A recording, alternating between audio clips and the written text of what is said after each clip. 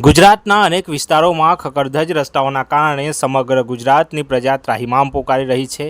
રસ્તાઓ એટલા બિસ્માર થઈ ગયા છે કે અકસ્માતને આમંત્રણ આપી રહ્યા છે, પરંતુ આ ભ્રષ્ટ સરકારને ખારા નજરે પડતા નથી, જેના કારણે વાહન ચાલકો ત્રાહિમામ થઈ ગયા છે। તો જરા આપ નેતા ચૈતર વસાવાનું ખરાબ રોડ મુદ્દે આ નિવેદન સાંભળો, શું કહ્યું।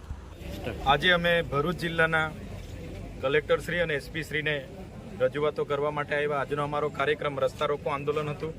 ત્યાંથી પોલીસ વિભાગના અધિકારી અમને અટકાયત કરીને અહીંયા લાવ્યા છે। ત્યારે ભરૂચ જિલ્લામાં છેલ્લા અનેક વખત આવેદનપત્ર પણ આપ્યા છે।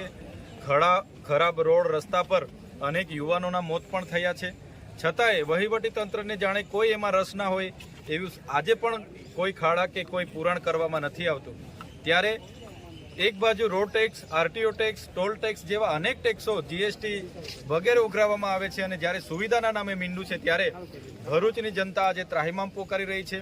ત્યારે એ દહેજનો રોડ હોય, અંકલેશ્વર વાલિયા નેત્રંગનો રોડ હોય, ભરૂચ સ્ટેચ્યુ ઓફ યુનિટી ઝઘડિયાનો રોડ હોય, તમામ રોડોમાં દિન 7માં તાત્કાલિક ધોરણે ખાડા પૂરવામાં આવે અને રિફેસિંગ કરવામાં આવે એવી અમારી માગણી છે।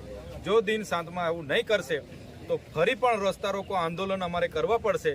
તો અમે ટોલ ટેક્સ ભરૂચ ખાતે નેશનલ હાઈવે 8 પર આવનાર દિવસોમાં 8 દિન પછી ફરી આંદોલન કરીશું। જો આ રોડો પર સમારકામ કરવામાં નહીં આવશે તો દિન 8 પછી અમે ફરી આંદોલનના માર્ગે આગળ વધીશું।